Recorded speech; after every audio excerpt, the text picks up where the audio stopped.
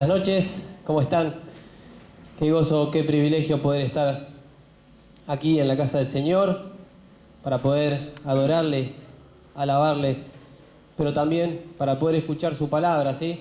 Como siempre digo, las veces que me ha tocado compartir, para mí es un gozo, un privilegio poder estar acá. Por eso le doy toda la honra, toda la gloria y que todo sea para Él. Soy un simple instrumento y Él me da el privilegio de poder transmitir su palabra. Por eso, como dijo Miriam, que nuestros corazones estén dispuestos a escuchar su voz y qué es lo que Él quiere hablarnos. Le traigo saludos de Buenos Aires, ¿sí? Le traigo... ¿Qué pasa? No. Yo me había comprometido con él que íbamos a orar por la persona esta de Buenos Aires, ¿no? Sí. No, en serio, vamos a orar por Débora, por Debbie, que está pasando un momento muy especial, seguramente él lo puede ampliar después. Y vamos a comprometer a orar por su salud, amén, y por su estado anímico, que él creo que es lo más especial de todo este tiempo. Padre, en el nombre de Jesús, en esta noche nos ponemos de acuerdo, entendiendo que nada se escapa de tu voluntad, nada, absolutamente nada. Por eso en esta noche oramos, Señor, para que tu pronta intervención sea sobre la vida de Debbie. Señor, está pasando un momento muy especial. Señor, anhelamos, deseamos que tenga una pronta recuperación, Señor.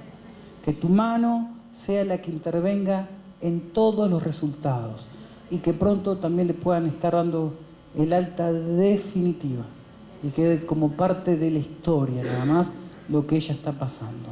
Oramos, Señor, para que también esta situación no le afecte su estado de ánimo y si le afecta, Señor, que pueda confiar en ti. Tanto ella como Gabriel, Señor, que también es parte de esta situación.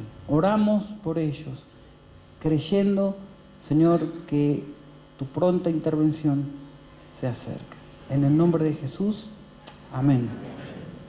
Bueno, muchas gracias, Marcos.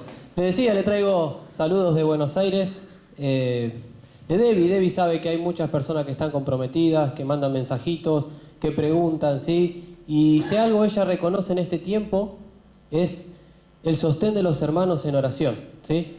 Ella está muy agradecida, por eso me dijo, ahora que tenía la oportunidad de poder transmitirle esto a ustedes, se los traigo y se los dejo, pero de verdad, muchísimas gracias, ¿sí? Así que bueno, continuando un poquito con este tema de las pruebas y demás, recordaba que cada vez que me ha tocado estar acá, hay algo con los que yo a ustedes los animo, y es a formar parte de algún grupo casero o reunión de crecimiento y bendición.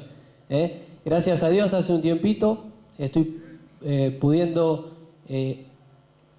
participar en la casa de Rubén, de Paula, ¿sí? Y la verdad que es un tiempo hermoso. Así que te sigo animando a que en la semana también puedas tomarte un tiempo, ¿sí? Que puedas compartir con los hermanos, que haya comunión, que escuches la palabra también, porque realmente es un tiempo muy bueno. Y dicho sea de paso, si bien la última reunión que yo estuve hablamos del perdón, la importancia de poder soltar, de cómo cuando guardamos cosas en nuestro corazón no nos van a dejar crecer. Hebreos dice, dejas de alcanzar la gracia, ¿sí? Pero anteriormente habíamos visto la disciplina y también la prueba. Por eso te digo, en esta etapa, en este tiempo fue muy especial y fundamental para mí. Pero también parecía algo como que todo se había puesto, se había alineado. En mi devocional personal, en mi tiempo con Dios diario, también era un tiempo especial porque estaba viendo el libro de Job. ¿Y qué más de hablar de pruebas si hablamos de Job y nos enfocamos en él, ¿sí? Cuando hablamos de Job, vemos un hombre descrito por la misma palabra de Dios como temeroso, apartado del mal, súper correcto era Job, era el sacerdote de su hogar, ¿sí? Él dice la palabra de Dios que él ofrecía sacrificios por si acaso, por si sus hijos en algún momento habían, pero él estaba ahí intercediendo. Todo iba bien, ¿sí? Hasta que llega la prueba. En la antigüedad había una creencia muy particular. Se creía que si en tu vida andabas bien, el resultado iba a ser que todo iba bien. Pero si en tu vida había algo que estaba mal, te iba a ir mal. Por eso, ¿cuántos capítulos hay del libro de Job que están sus amigos machacando a Job? Están diciendo, dale Job, confesá, dale Job, arrepentite, si esto es por tu pecado. Ellos no entendían que lo que Dios estaba haciendo y permitiendo era una prueba en la vida de Job. Fíjate que Dios, dijimos que describe a Job como temeroso, apartado de mal. Él tenía un conocimiento de Dios. Pero cuando termina el libro, va terminando el libro, ¿qué dice Job? De a oídas te había oído, mas ahora mis ojos te ven. ¿Qué está diciendo Job? Ahora tengo un conocimiento pleno, un conocimiento personal. ¿Por medio de qué? Por medio de esta prueba y aflicción que vino a mi vida. Por eso quería compartirte un poquito hoy algo relacionado a todo esto. Por eso te voy a pedir que vayamos a Primera de Pedro. Primera de Pedro, capítulo 1. Tenemos tiempo, así que vamos a leer del versículo 1 al versículo 16. ¿Sí?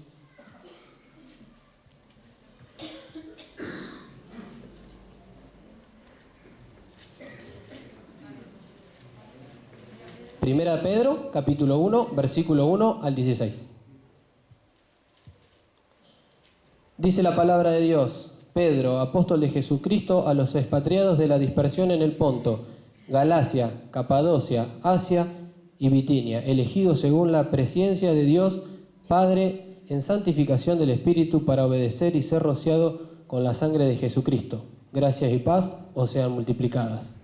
Bendito el Dios y Padre de nuestro Señor Jesucristo, que según su gran misericordia nos hizo renacer para una esperanza viva, por la resurrección de Jesucristo de los muertos, para una herencia incorruptible, incontaminada e inmarcesible, reservada en los cielos para vosotros, que sois guardados en el poder de Dios mediante la fe, para alcanzar la salvación que está preparada para ser manifestada en los tiempos postreros, en los cuales vosotros os alegráis, aunque ahora por un poco de tiempo, si es necesario, tengáis que ser afligidos en diversas pruebas, para que sometida a prueba vuestra fe, mucho más preciosa que el oro, el cual aunque perecedero se prueba con fuego, sea hallada en alabanza, gloria y honra cuando sea manifestado Jesucristo, a quien amáis sin haberle visto, en quien creyendo, aunque ahora no lo veáis, os alegráis con gozo inefable y glorioso, obteniendo el fin de vuestra fe, que es la salvación de vuestras almas.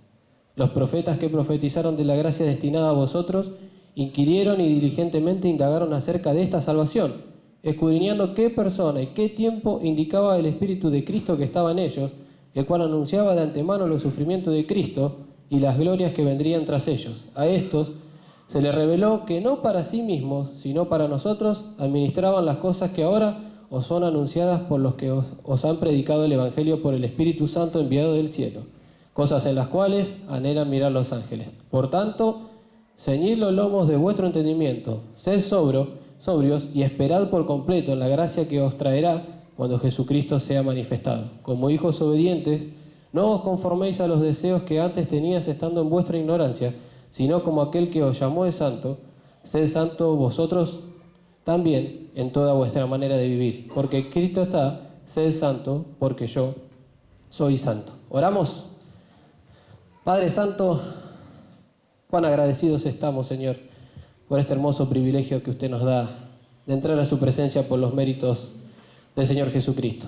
Padre, rogamos por un corazón atento y sensible a su voz, para que su obra pueda seguir siendo hecha, Señor, en nuestra persona. Oramos en el nombre de Cristo Jesús. Amén. Bueno, Primera de Pedro, ¿sí? Vamos a ir viendo versículo por versículo hasta donde lleguemos, ¿sí? Es importante que para entender este libro nosotros podamos entender un poco el contexto, ¿sí? Es necesario que cada vez que nosotros tomamos la palabra de Dios podamos entender el todo para poder ver el sentido que la Escritura quiere mostrarnos, ¿sí? Entonces, Pedro escribe la epístola, ¿sí? Lo dice el nombre, lo confirma el versículo 1. Dice, Pedro, apóstol de Jesucristo. Así que tenemos al autor. Fue escrita en el año 64 y 65 después de Cristo. ¿A quién fue escrita? Dice a los expatriados, ¿sí? ¿Qué es este término expatriados? Este término expatriado es usado, ¿sí?, para aquellas personas que estaban dispersas por diferentes partes, ¿sí?, del mundo. ¿Qué había pasado en ese momento? ¿Sí? ¿Recuerdan Hechos 1.8? Hechos 1.8 decía, pero recibiréis poder cuando el Espíritu Santo haya venido sobre vosotros y me seréis testigos en... Sí. ¿Qué pasaba? Hechos capítulo 2, viene el Espíritu Santo, llena a algunas personas, empiezan a predicar, Pedro predica, muchas personas se convierten, pero todos estaban ahí. Y Hechos 8.1, al revés de 1.8, después del martirio de Esteban, se produce ¿la qué? La dispersión. Entonces Pedro está escribiéndole a aquellas personas que estaban dispersas. Eran cristianos, eran creyentes, ¿sí? No sabemos si eran judíos, porque hay comentarios que dicen, como el ministerio de Pedro fue a los judíos, que estaba escrito para judíos convertidos. Pero cuando miramos la epístola completa, hay mucha característica que pueden llegar a dar a entender que era escrita para gentiles convertidos. En sí estamos hablando de creyentes, la iglesia, ¿sí? Y Pedro le estaba hablando a esas personas. Había un contexto muy particular. En esa época estaba el rey Nerón, ¿sí? El rey Nerón, dice la historia, que era una persona bastante cruel y que le gustaba construir, y que para construir tenía que destruir. Entonces, ¿qué hacía? Incendiaba casas viejas, incendiaba, hasta que en un momento de la historia la gente se cansó, la misma gente del pueblo, y querían ponerle fin. Entonces, cuando Nerón ve esto, quiere calmar a la gente y busca una manera de hacerlo. ¿Y qué se le ocurre? Acusar a los cristianos. Los cristianos de ese momento ya eran mal vistos. ¿Por qué? Primero, porque se relacionaban con los judíos. Segundo, porque no querían rendirle culto al emperador. Y después porque rechazaban la cultura de los romanos y muchas cosas más. Entonces se produce lo que es la persecución. El pueblo de Dios en ese momento estaba en persecución. Había sobre todo una persecución, sobre todo social, pero no era ajeno a una persecución que podía terminar en cárceles, en muertes, ¿sí?, y demás. Por eso te digo y te comparto esta importancia de entender a quién Pedro le está escribiendo, para que podamos entender el sentido, ¿sí?, de lo que es esta epístola. Y te dije que Pedro escribía a estos perseguidos. ¿Cuál es el ánimo de Pedro? Darle ánimo, ¿sí?, fortaleza. ¿Para qué? Para enseñarles a cómo transitar este nuevo camino de la vida cristiana, pero como una vida de victoria, ¿sí? Y empieza la epístola, dice: Pedro, apóstol de Jesucristo, a los expatriados, la dispersión en el Ponto, Galacia, Capadocia, Asia y Bitinia. Dijimos Pedro. A mí en lo personal, cuando leo Pedro, me cuesta relacionarlo con Pedro. El Pedro pescador, el Pedro que llegó a Jesucristo por su hermano Andrés, el Pedro prepotente, el que era impaciente, el que reaccionaba, ese Pedro que se puso delante del Señor y le dijo: Señor, reconsidera lo que vas a hacer. ¿Y qué le dijo el Señor? Quítate del medio, Satanás. Ese Pedro que negó 3 veces al Señor Jesús. Ese mismo Pedro que dice la Escritura que era del vulgo y sin letras. Ese Pedro es este mismo Pedro. Y entre ese Pedro pescador a la orilla del río y este Pedro hay un proceso. Hay un proceso. Hay un corazón obediente a la palabra y a los propósitos de Dios. Dios lo transformó. Por eso Dios lo utilizó. Y es Pedro ahora quien nos exhorta a nosotros por medio de la palabra de Dios.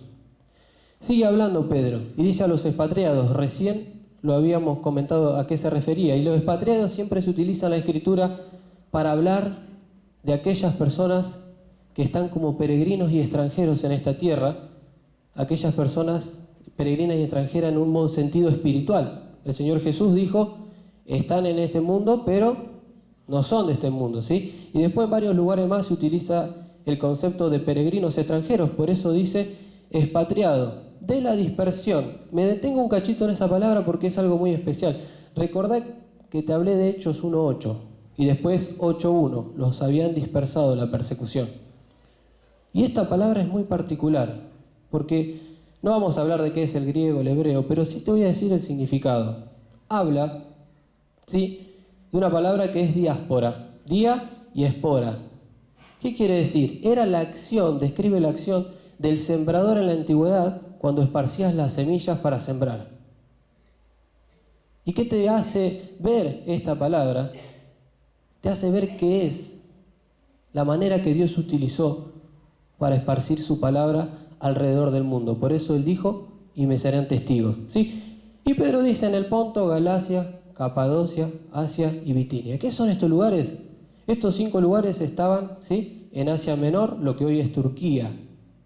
Y se cree que ahí había una concentración grande de cristianos, ¿sí? Y hay otros autores que dicen que hasta podían llegar a haber iglesias establecidas. Es por eso que Pedro escribe a estas personas. Entonces dijimos, Pedro le está escribiendo a hermanos que están en persecución, que están padeciendo, quizás hay necesidad, que quizás no están entendiendo qué es lo que pasa. ¿Y qué es lo que quiere darle Pedro? Ánimo, ánimo. ¿Escuchaste alguna vez decir, hay que llevarlo a Cristo? Hay un hermano quizá que está luchando, quizá que está desanimado, quizá que está en prueba, y otro hermano dice, lo tenemos que llevar a Cristo. ¿Por qué? Porque es ahí donde está la fuente de todo. Es ahí donde está nuestra ancla, nuestra roca de refugio, el que nos va a dar una salida, el que nos va a proveer la sabiduría para poder seguir adelante. Y es lo que Pedro va a hacer de acá en adelante con estas personas que necesitaban ese ánimo. ¿Y qué mejor ánimo que Pedro le puede dar a ellos que decirles, recordá lo que Dios hizo por ustedes? Por eso Pedro dice en el versículo 2, elegidos según la presencia de Dios Padre en santificación del Espíritu, para obedecer y ser rociados con la sangre de Jesucristo, gracia y paz os seas multiplicada. Y esto es algo que me encanta en la carta de Pedro. Pedro va a dar una bendición, Pedro va a mencionar una exhortación, Pedro va a dar una enseñanza. Y cada vez que Pedro haga esto, ¿qué va a poner? El ejemplo de Jesucristo, el sacrificio de Jesucristo. Siempre Él va a llevar a meditar en ese hermoso sacrificio precioso que es nuestra salvación. Por eso Él marca algo súper importante. Él dice que en esta salvación actuaron las 3 personas de la Trinidad. Sabemos que Dios es uno, pero hay una Trinidad, Dios Padre, Dios Hijo y Dios Espíritu Santo. Y fíjate cómo lo describe. Dice que Dios Padre fue quien actuó en la elección.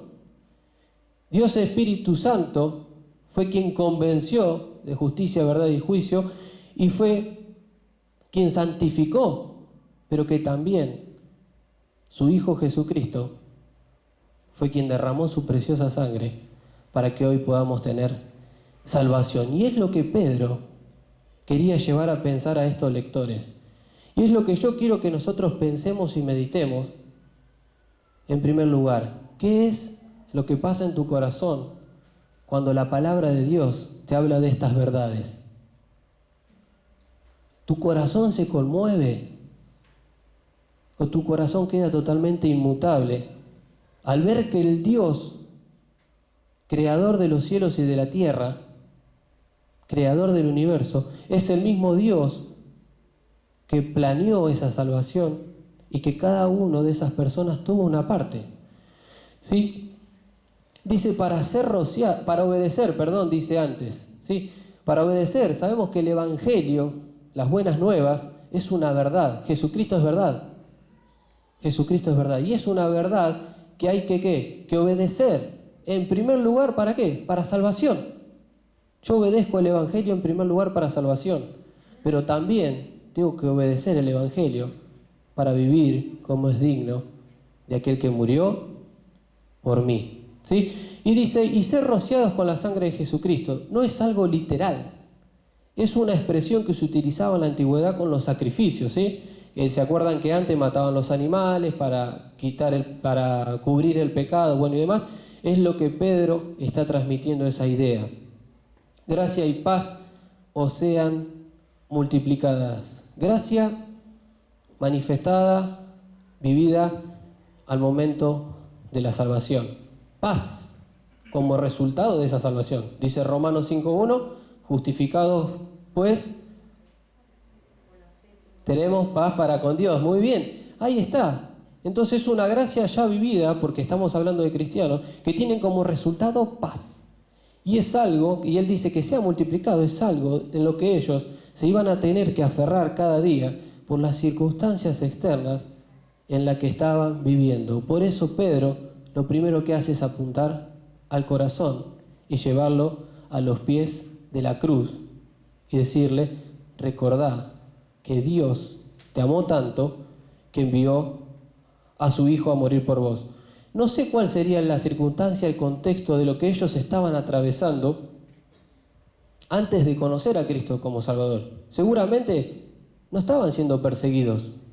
Seguramente tendrían una vida cómoda, no sé cómo estarían. Ahora era totalmente diferente. Pero había algo que también era diferente en ese momento, y era su corazón. Ellos estaban muertos en delitos y pecados, y ahora habían sido regenerados, habían sido renovados, tenían una nueva vida. ¡Qué contraste! Porque quizá cuando uno llega a Cristo, quizá dice: bueno, ahora va a ser todo bendición, va a ser toda armonía. No, ellos estaban enfrentando pruebas, y lo vemos a Pedro dándole ánimo. Y comienza el versículo 3. Y el versículo 3 comienza con algo particular, porque Pedro estaba apuntando, como dijimos, al corazón, al ánimo, lo va a seguir haciendo, pero ahora en relación personal, Dios con sus hijos, ¿sí? ¿Y qué dice Pedro? Bendito el Dios y Padre de nuestro Señor Jesucristo. Bendito, bendecir quiere decir hablar bien, adorar, alabar. Y con semejante sacrificio es lo único que nosotros podemos llegar a hacer ante este Dios magnífico. Quizá el cristiano recién convertido que estaba padeciendo esa persecución, que estaba desanimado, que estaba luchando, que no sabía para dónde salir, quizás se estaba quejando, quizás estaba murmurando.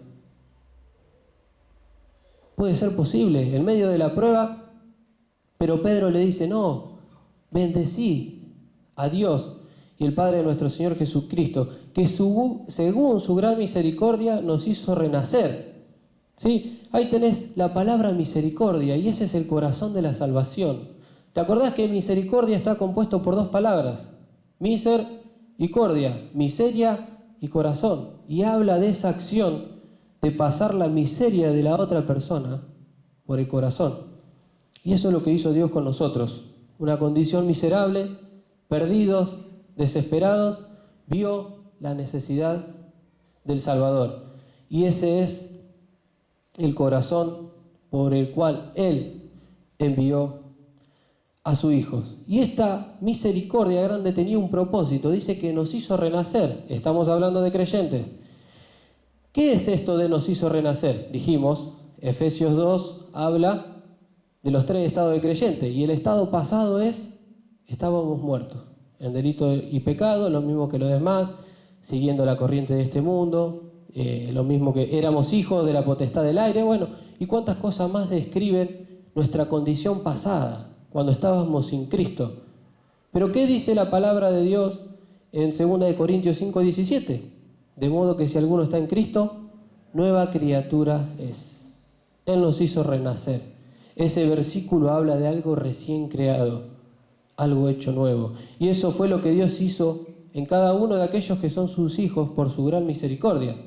Dijo Jesús a Nicodemo: ¿os es necesario nacer de nuevo? No os maravilléis que te diga que te es necesario nacer de nuevo. Y Nicodemo dijo: ¿cómo voy a nacer siendo viejo del vientre de mi madre? Y él le dijo: no, tenés que nacer de agua y de espíritu, Nicodemo. Y eso es lo que Dios hizo con nosotros cuando estábamos perdidos, y hoy tenemos este privilegio de ser parte de su familia. Para una esperanza viva. Una esperanza viva. ¿Qué es una esperanza? Es el deseo que uno tiene de que algo se cumpla, un ideal. Sí, y cuando hoy miramos el mundo, ¿dónde tienen puesta la esperanza? En cualquier lado. En lo primero que viene a la mano, la gente de eso se aferra. Había un autor que dijo que para la gente que está sin Cristo, no hay más allá del sepulcro la esperanza. ¿Cuál era tu esperanza? ¿Cuál era mi esperanza antes de llegar a Cristo? ¿Dónde tenías puesta tu esperanza? porque ahora fuimos renacidos por la misericordia de Dios para una esperanza viva. Una esperanza viva, sellada y confirmada, nada más ni nada menos que ¿por qué? Por la resurrección de Jesucristo de los muertos. Y eso es lo que Pedro quería producir en el corazón de aquellos que estaban siendo perseguidos. Y es lo que la palabra de Dios quiere producir en aquellos hijos que quizás están sufriendo, están padeciendo, están atravesando una prueba.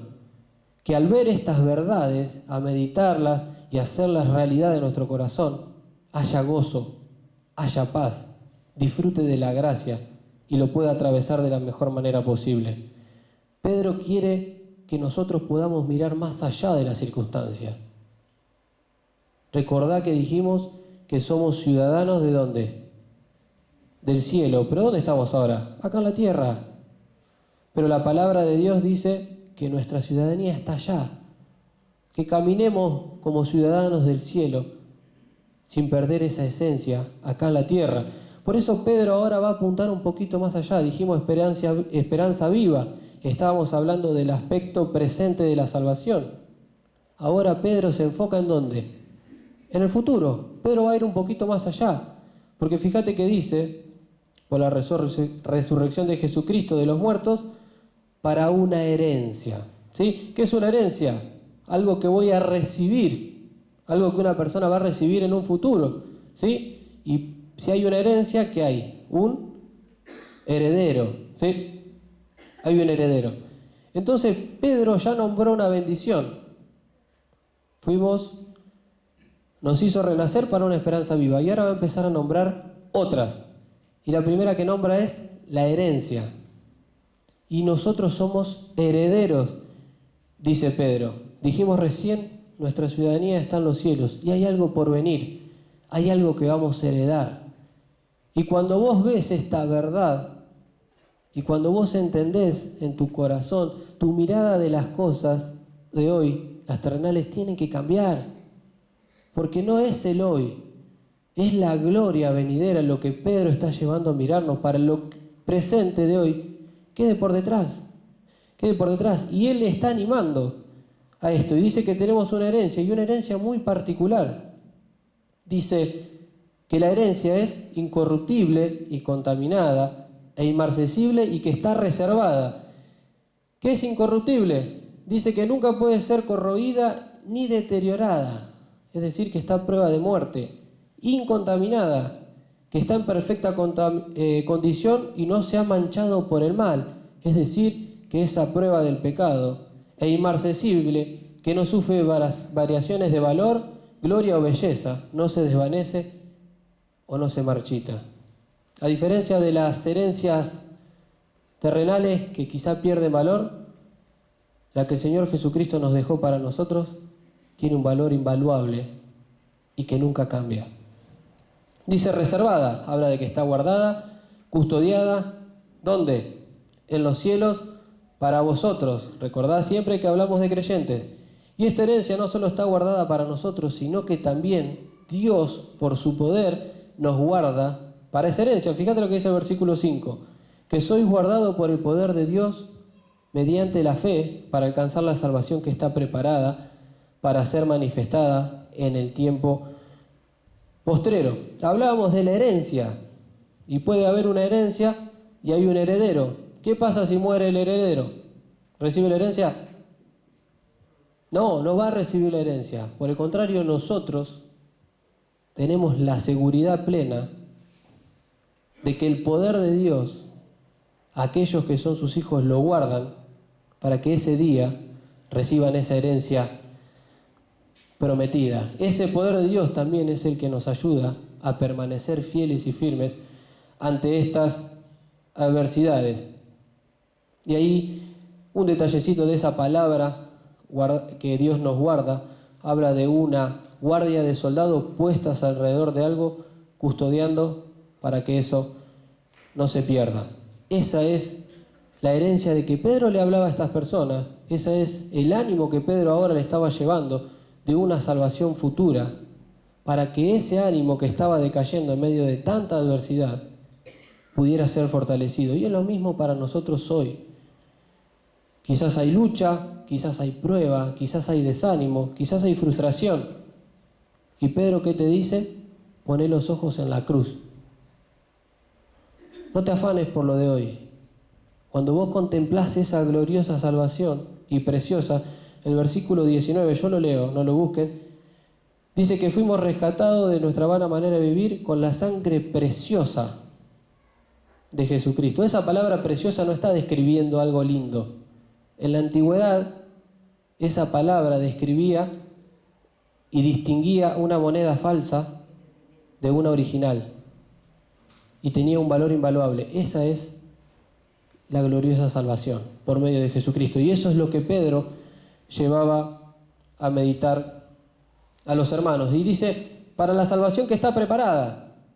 Y habla en futuro. ¿Por qué está preparada si hoy somos salvos? Porque recordá que está mirando el aspecto futuro de la salvación, de lo que se va a cumplir. Y dice, y será manifestada en los tiempos postreros, obviamente que está hablando de cuando el Señor venga. Versículo 6, en cual vosotros alegráis. Esa palabra, alegráis, alegráis con gran gozo. Y hoy creo que Roxana había hablado algo de esto, había hecho mención. Y acá nosotros tenemos que distinguir algo. Sí que es importante para nosotros como hijos de Dios. El gozo y la felicidad. ¿Sí? Pedro dice, os alegráis con gran gozo. Recordad que ellos estaban en prueba, en aflicción, estaban siendo perseguidos y tenían que alegrarse con gran gozo. Esta es la diferencia del gozo y la felicidad. El gozo va a depender de tu comunión personal con Dios. El gozo es algo interior. El gozo es parte del fruto del Espíritu. Recordad que Gálatas habla del fruto del Espíritu y uno de ellos es el gozo. Y este gozo es proveniente únicamente de tu comunión y de mi comunión personal con Dios. La felicidad depende de los factores externos. Por eso Pedro le dice, alégrense con gran gozo. O sea, su comunión íntima con Dios, en medio de estas adversidades, ¿qué va a traer? Gozo. Se van a alegrar con el Señor. Y Pedro va a seguir hablando un poquito más de por qué podían alegrarse. Porque dice, ahora, por un poco de tiempo, dijimos la eternidad. Algo eterno es eterno. Entonces, si yo ahora soy afligido, soy probado, ¿qué comparación tiene con la eternidad? Es un poco de tiempo. Por eso no tengo que perder el gozo. Dice, si es necesario, no siempre está la necesidad de la prueba, pero si llega, tenemos que reconocer el propósito soberano de Dios. Tengas que ser afligidos en diversas pruebas. Afligido, dolor, tristeza, adversidad y diversas pruebas. Yo no sé de qué manera Dios va a trabajar en cada uno de nosotros. Sí dice la palabra de Dios que hay diversas maneras. Pero lo que Pedro va a marcar y lo que va a resaltar es esta importancia de que si toca, si es necesario, es que hay un propósito, ¿sí? Y ese propósito, que lo vamos a ver en el versículo 7, es para gloria y alabanza de Dios. Quizá en el proceso no entendamos por qué lo estamos pasando. Y quizá preguntemos a Dios por qué. Pero ahora Pedro en el versículo 7 va a dejar un poco más claro ese concepto. Hablando de Debbie, hace un tiempito ella estaba leyendo un libro, ¿sí? Como tiene mucho tiempo, donde está, gracias a Dios, llevó sus cosas, está leyendo y otras personas le han regalado y prestado el libro. No me acuerdo bien cómo se llama esta mujer, sé que tiene un nombre que es Johnny, parece de hombre pero es mujer, y que tiene una historia muy particular. Esta mujer dice que antes de sufrir este accidente, ella había orado a Dios que Dios haga algo relevante con su vida. Dios, yo quiero hacer algo particular para vos. Usá mi vida. Ella fue a un lago o algo así, no me acuerdo bien. Va a nadar, golpea su cabeza y queda cuadriplégica. Antes había orado a Dios que haga algo relevante con su vida. Ahora estaba postrada. Lo único que movía era la boca y los ojos. Imagínate que llegó a un punto donde ella estaba tan flaca, tan flaquita, que la piel le tocaba con sus huesos, entonces se le hacían unas cosas no sé cómo se llaman. ¿Cómo? Eso es lo que dicen ellos. En la piel. Y como no sentía dolor, ¿qué hacían los médicos? Le limaban los huesos para que eso no siga sucediendo. Un día le pide a una amiga, a un familiar que estaba ahí con ella, que le pusiera enfrente un espejo. Y no quería este familiar, esta amiga, porque ella la veía, pero ella no se veía. Entonces le insistió y puso ese espejo enfrente de ella. El resultado, Johnny le pidió que le cortase las venas. Dice, no siento dolor, córtamela, no vas a tener culpa, nada, pero no quiero vivir más. ¿Para qué quiero estar así? Si yo quería hacer algo relevante para Dios y ahora estoy destruida. Si te enfocás en hoy, estamos hablando de una persona que vive en otro país, llegó hasta acá con un libro. Y hoy esa persona aún sigue estando cuadriplégica, pero tiene algunas movilidades pequeñas, tiene un ministerio que se llama Johnny and Friends y alcanza a personas con discapacidad. Y esa persona, como en el caso de Debbie, anima con su testimonio, con su vida.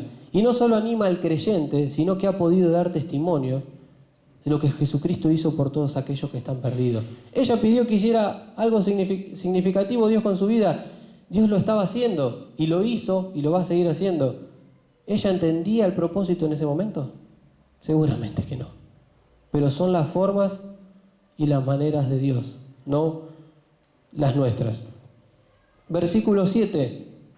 Para que sometida a prueba vuestra fe. Siempre el propósito de la prueba es para beneficio nuestro, ¿sí? Ese término que se utiliza ahí, de ser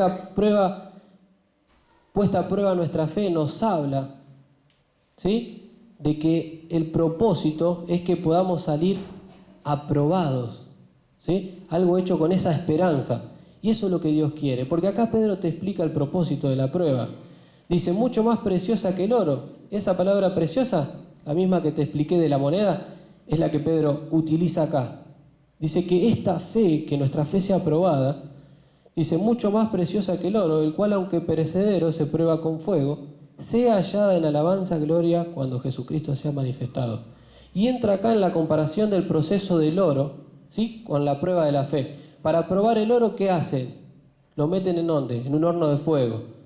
¿Y el fuego qué hace? Lo purifica, saca las escorias, lo limpia. Bueno, Pedro acá está diciendo eso. Dice, eso se hace con el oro, eso es lo que hace Dios con tu corazón por medio de la prueba. Viste que hablamos de Job. Y Job ofrecía holocausto por si sus hijos. Y Charles Spurgeon decía que mejor le es al cristiano estar en la adversidad que estar como de banquete, como estaban los hijos de Job. ¿Por qué? Porque él decía, cuando nosotros estamos bien, estamos propensos a olvidarnos de Dios. Pero cuando estamos en prueba o aflicción, ¿a dónde vamos? A Dios. Entonces él decía que el Hijo de Dios se quede ahí. Entonces lo que Pedro está diciendo es necesaria que sea probada, porque hay cosas en el corazón que todavía no glorifican a Dios. Hay cosas en el corazón que Dios quiere moldear, que Dios quiere transformar. ¿Cuál es el proceso que Dios va a usar? Es Dios. Y todo depende de Él. Pero Dios, así como pone el ejemplo, el contraste del oro, es como quiere purificar nuestros corazones por medio de las pruebas. ¿Para qué? Dice, aunque el oro es perecedero, obviamente, el oro cuando lo prueba nunca se agranda.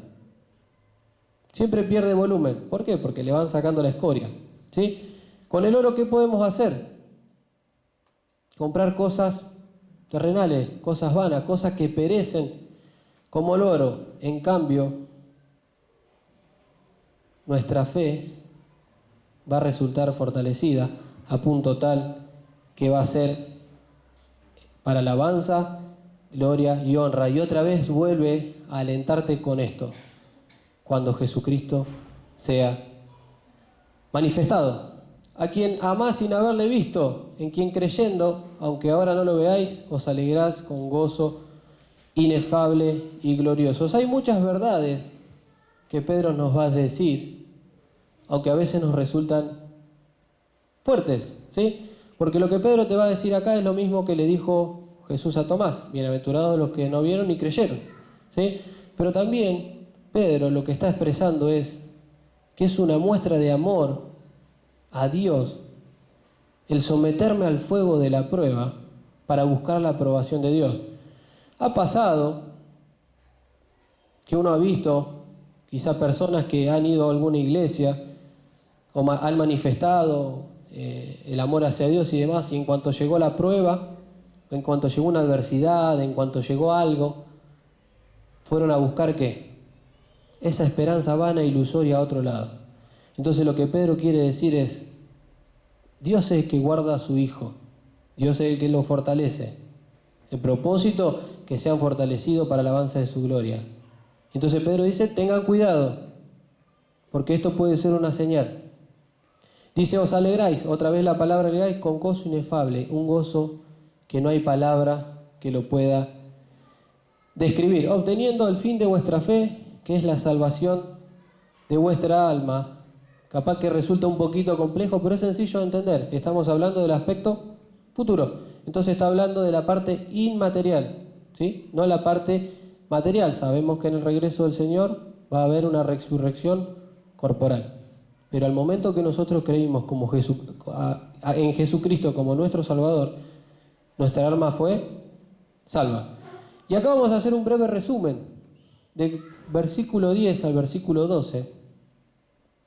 Lo que Pedro va a exponer es que ni los profetas entendían del todo esta salvación. Recordad que Pedro lo está animando con esa preciosa y valiosa salvación con la que hoy cuentan los hijos de Dios.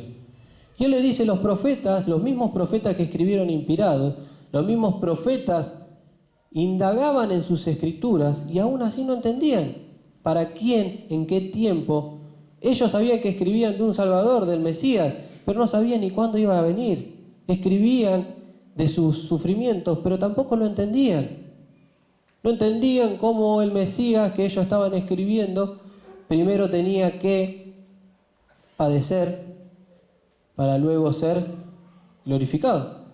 Y eso es lo que pasó. Y me llevaba a pensar en algo muy particular.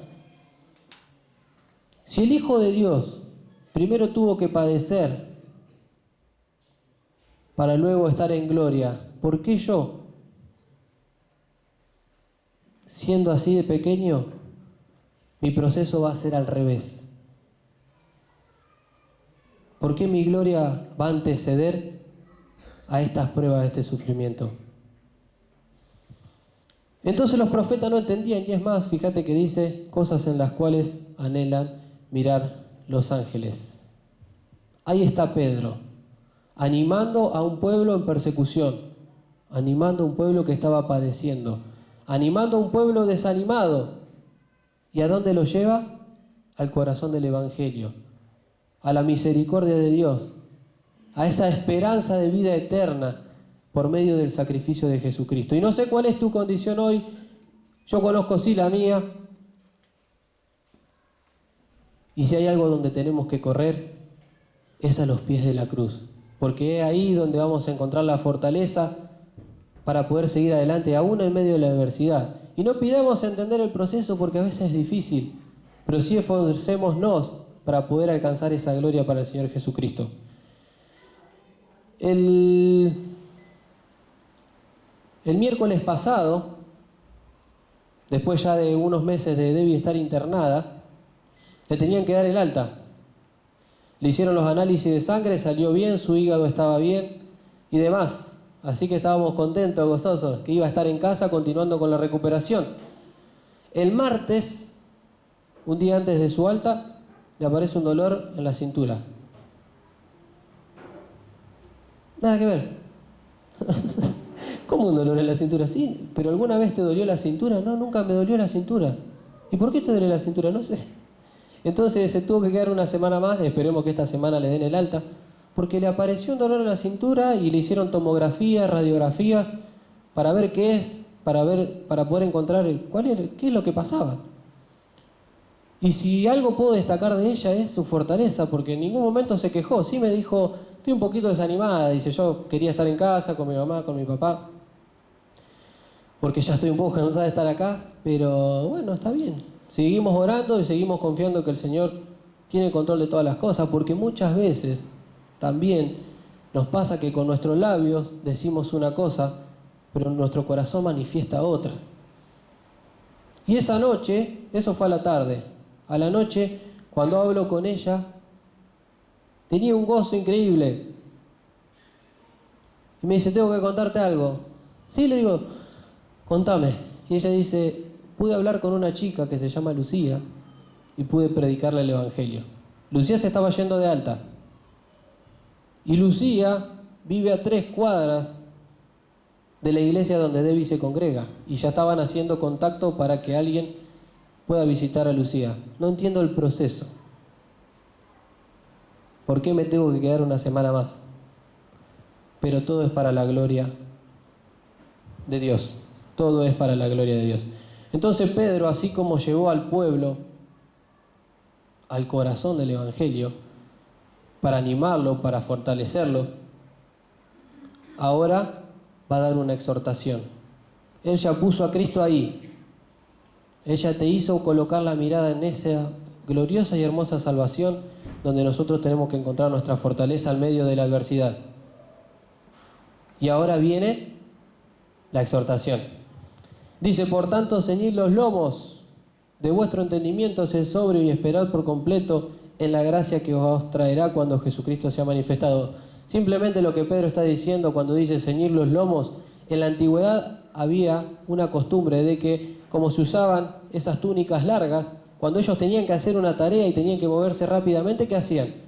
Recogían esa túnica y la ataban con un cinto. Entonces no tenían impedimento, ellos se movían con rapidez, era diferente su manera de moverse.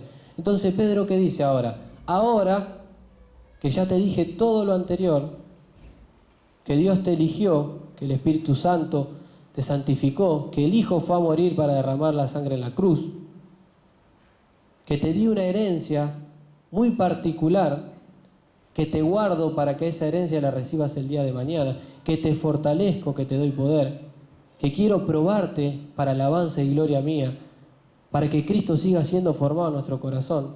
Ahora ceñí tu entendimiento con este pensamiento. Armate de un pensamiento ágil, ligero, pronto, que no tenga estorbo. Porque imagínate vivir rodeado de esas circunstancias, quizá le quitaba la atención o quizá los llevaba a volver atrás. Como decíamos, quizás hasta hablaban mal, murmuraban. Y le dice, sed sobrio, lo contrario a ser ebrio. Habla de un dominio propio, de tener esos pensamientos controlados, de tener esa mirada enfocada en el Señor y esperad por completo en la gracia. Y otra vez, ¿qué le dice? Cuando Jesucristo sea manifestado, la esperanza de verle cara a cara. Como hijos obedientes, no os conforméis, no tomes forma, no vuelvas a andar como andabas antes, cuando no tenías a Cristo.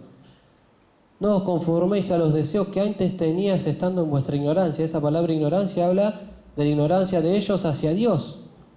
No te conformes, sino como aquel que os llamó es santo, sed santo en toda vuestra manera de vivir, porque escrito está, sed santo porque yo soy santo. Esa es la exhortación de Pedro. ¿Viste todo este contexto? ¿Viste la dificultad de los padecimientos? Todo lo que ellos estaban pasando, el ánimo de Pedro. Y ahora Pedro los anima a ir un paso más allá. Vivan en santidad, porque aquel que hizo todas esas cosas por ustedes es santo. El día que fuimos salvos comenzó esta esperanza de verle cara a cara. Hasta que lleguemos ahí hay un proceso, eso es la vida cristiana. Hebreos capítulo 12:1 dice, corran con paciencia la carrera que tienen por delante. Describe una carrera cuesta arriba. La vida cristiana no va a ser fácil. Pero si yo vivo mirando continuamente la cruz de aquel que me amó y se entregó a sí mismo por mí, la puedo enfrentar de una manera diferente. Oramos. Padre amado, cuántas gracias le damos, Señor, por su palabra y porque es por medio de sus hombres que fueron inspirados por su Santo Espíritu que nosotros hoy podemos tener tenerla y meditar en ella, Señor. Gracias porque hoy Pedro nos lleva a ver, Señor, la importancia de tener los ojos puestos en ese sacrificio precioso, costoso, que nos dio la vida eterna, y entender, Padre, que es Él y ese sacrificio que también nos fortalece, Señor, en el medio de la prueba. Que la prueba, Señor, es una parte de su voluntad también, que tiene como propósito transformarnos, Señor, conforme a la imagen de su Hijo Jesucristo, Padre. Sabemos que vivimos en un mundo adverso, sabemos que no somos de este mundo, pero estamos en Él. Ayúdenos, Señor, a poder transitar este camino como es digno de su gloria y alabanza. En el nombre de Cristo Jesús oramos. Amén.